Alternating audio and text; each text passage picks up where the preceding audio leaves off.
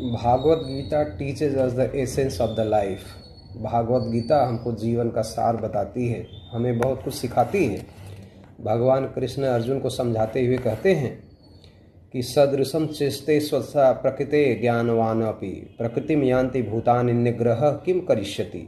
सृष्टि के जितने भी प्राणी हैं वे सभी प्रकृति के अनुसार कर्म करते हैं। ज्ञानी भी अपनी प्रकृति यानी स्वभाव के अनुसार ही कर्म करता है, तब इसमें किसी का भी हट क्या करेगा।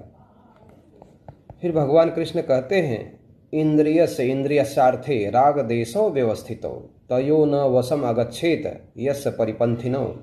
हे कुंती पुत्र अर्जुन, मनुष्य को इंद्रियों के भोगों में विद्यमान राग द्वेषादि के वशीभूत नहीं होना चाहिए। कारण कि राग द्वेष कल्याण के मार्ग में बाधा पहुंचाने वाले सबसे बड़े शत्रु हैं। फिर भगवान कृष्ण कहते हैं श्रेयान स्वधर्म विगुण पर धर्मात् स्वनुष्ठितात् स्वधर्मे निधनम श्रेय पर धर्मो भयावह। वह कहते हैं कि हे कुंती पुत्र अर्जुन, राग द्वेष पर विजय पाकर निज धर्म का पालन करना चाहिए, क्योंकि निज धर्म अन्य के धर्म से भले ही उत्तम न हो, फिर भी निज धर्म ही श्रेष्ठ है। निज धर्म का निर्वाह करते हुए मृत्यु को प्राप्त होना भी कल्याणकारी है। अन्य का धर्म भयप्रद है, भले वह कितना ही गुणयुक्त क्यों न हो। फिर कहते हैं भगवान कृष्ण से अर्जुन पूछते हैं कि हे प्रभु, लोग पाप क्यों करते हैं? कौन उन्हें पाप करने के लिए प्रेरित कौन करता है? अथ केन प्रयुक्तोऽयं पापम चरिति पुरुष अनिच्छन्नपि वाश्रेय बलादेव नियोजित।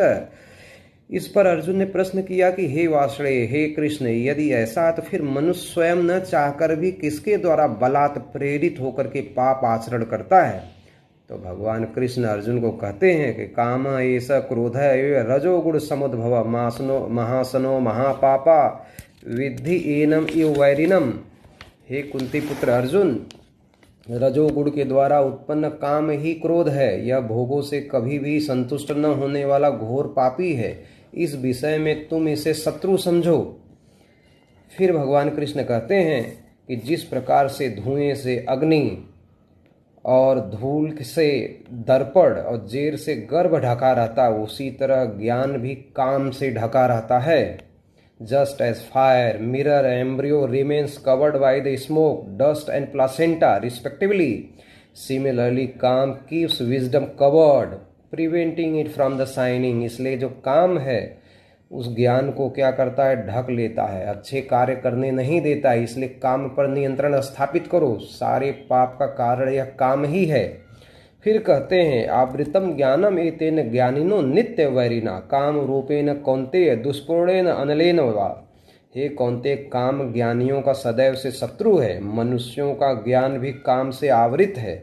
जैसे अग्नि की कभी तृप्ति नहीं होती, वैसे काम की भी नहीं होती। इसलिए काम को अग्नि के समान कहा गया है।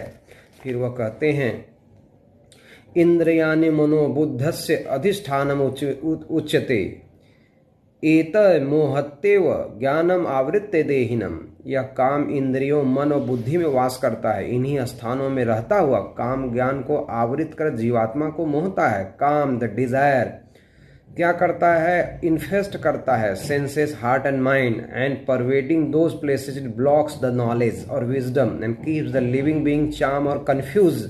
लोगों को भ्रमित करता है। अतः हे अर्जुन, सर्वप्रथम तुम इंद्रियों को वशीभूत करके ज्ञान विज्ञान के नाशक इस पापी काम का निश्चय पूर्वक वध करो। ऐसा वो कहते हैं। इंद्रियाणि परान्य आहुरि भी इंद्रियभ्य परम मनसस्तु परा बुद्धियो बुद्धि परतस्तु स। यदि तू यह समझता है कि इंद्रियों को वशीभूत करके काम रूपी शत्रु को मारने की तुझमें सामर्थ्य नहीं है, तो तेरी सबसे बड़ी भूल है। क्योंकि इंद्रियों को इस स्थूल शरीर से परे अर्थात श्रेष्ठ बलवान सूक्ष्म कहा गया है।